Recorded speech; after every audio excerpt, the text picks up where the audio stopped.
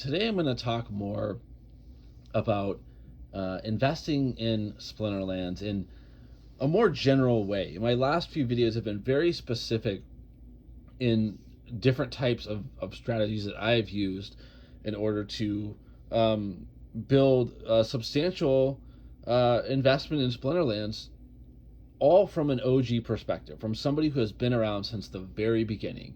And there are very few people left that were around in the beginning. There are some, but a lot of people have been shaken out by various things. I'm going to talk about that a little bit today as well.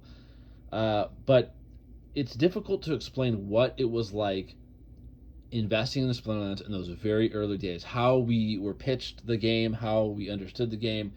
It was much different than it is now. It was much more of the Wild West, and it was just different.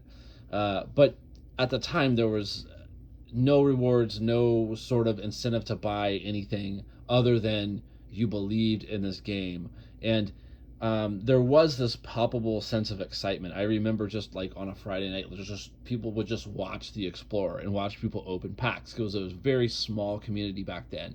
And if somebody would get a gold foil legendary, it'd be like the talk of the entire night on Discord. It was different. It was a much smaller group of people, but it was also like a very high risk to invest, like put a substantial amount of money into the game at that point, because as I spoke to in the last video, there was no such thing as rewards at all.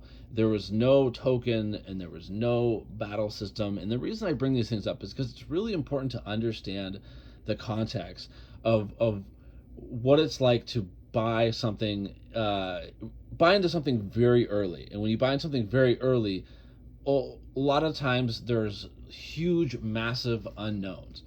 But then as the game became more successful, we gained more confidence and people put more money in, and the upside dynamic was changed a little bit because as the game developed, it became more less risky to buy into the game, but potentially some of the upside gets taken away as you have more information. The other thing that I think is really important to think about when you're deciding when you want to really put some money into the game, among other factors, is the general sentiment. And the general sentiment is very clear to follow. I mean, first of all, you can just look at the broader crypto market. The broader crypto market, if it's down or it's going sideways and everybody's feeling nervous, because crypto people have not really been through like true bear market cycles. Bitcoin has only existed since 2009, and there hasn't been a real bear market, an extended bear market, just in general financial markets since then. And I'm talking about like a real like crash. So I don't think people are accustomed to these pullbacks very well. And you can tell that by just anecdotally watching the Discord on the Splinterlands.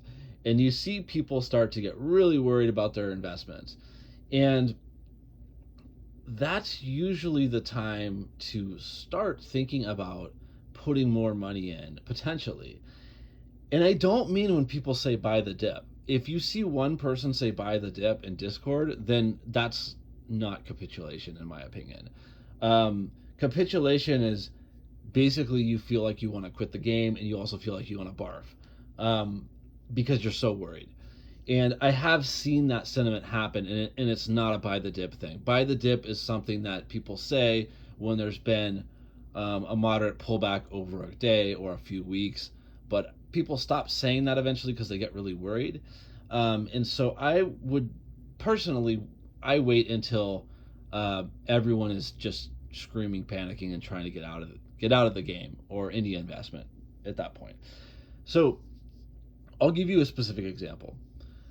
Everyone who has been around for enough time has heard of this big thing that happened, this big kind of negative black hole in the Splinterlands history, when a major at the time person or player or asset buyer bought hundreds of thousands of dollars worth of packs and cards, and eventually they they turned sideways. They went rogue.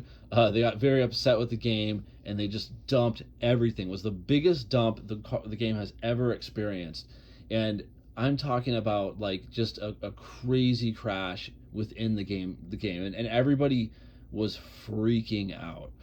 Um, we know now, looking back, that that was probably the best opportunity that there's ever been to buy assets in Splinterlands. Um, at that time, and what was available and what was for sale at that time, because we didn't have land or anything like that back then, but just the cards. And that was one of the times where I decided to do something kind of crazy. One of the cards that this individual was selling was a gold foil Archmage Arias, which is, in my opinion, the Black Lotus card of Splinterlands. There's only 3 copies, and one of them he put up for sale. In my opinion, it was a joke. Like, he didn't expect anyone, because the amount of money that he was selling this card for was higher than any card at the time had ever sold for. And the amount that he put it up for, I think, was possibly a meme. He put up for 69,000. I'm sorry, $6,969. Which sounds like a joke, but I actually called his bluff and I bought the card.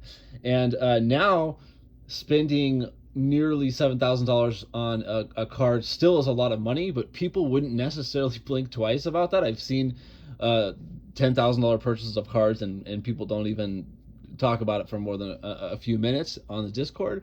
But at the time, spending that much money on a single card was unheard of, and it definitely was the most money anyone has ever spent on a card up to then. And so it still seems like a lot of money to me, and it's kind of crazy that I did that, but it's not, because the sentiment at the time was so bad that I kind of knew that if this game was going to be successful, you're going to want one of the most scarce assets in the entire game. And I was offered $50,000 for that card very recently, and I turned it down.